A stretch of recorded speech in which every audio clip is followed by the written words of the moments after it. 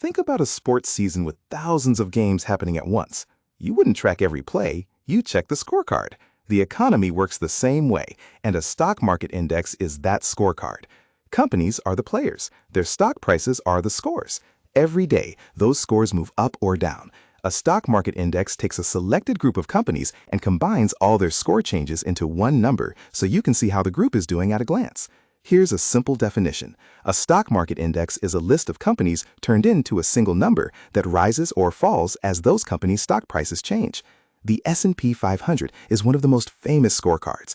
It tracks 500 large, well-known U.S. companies across many industries, like technology, healthcare, and banking. Because these companies are so big and widespread, people often treat the S&P 500 as a quick read on how big U.S. businesses are doing overall. How does the score move? You don't need the math. When many of the companies in the index have rising stock prices, the index usually rises. When many fall, the index usually falls. It's like adding up lots of individual player performances into one team score.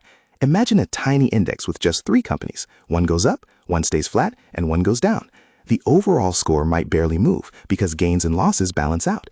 That's the point. An index smooths out the noise and shows the group's direction. Some companies matter more to the score than others. Bigger companies are like star players. When they move, the score moves more. When an index goes up, it usually means confidence is growing. When it goes down, worry is rising. But remember the limits. This scorecard mostly reflects large public companies. It doesn't measure small businesses, wages, or living costs. So in one sentence, a stock market index is an economy scorecard that turns the performance of many companies into one easy number.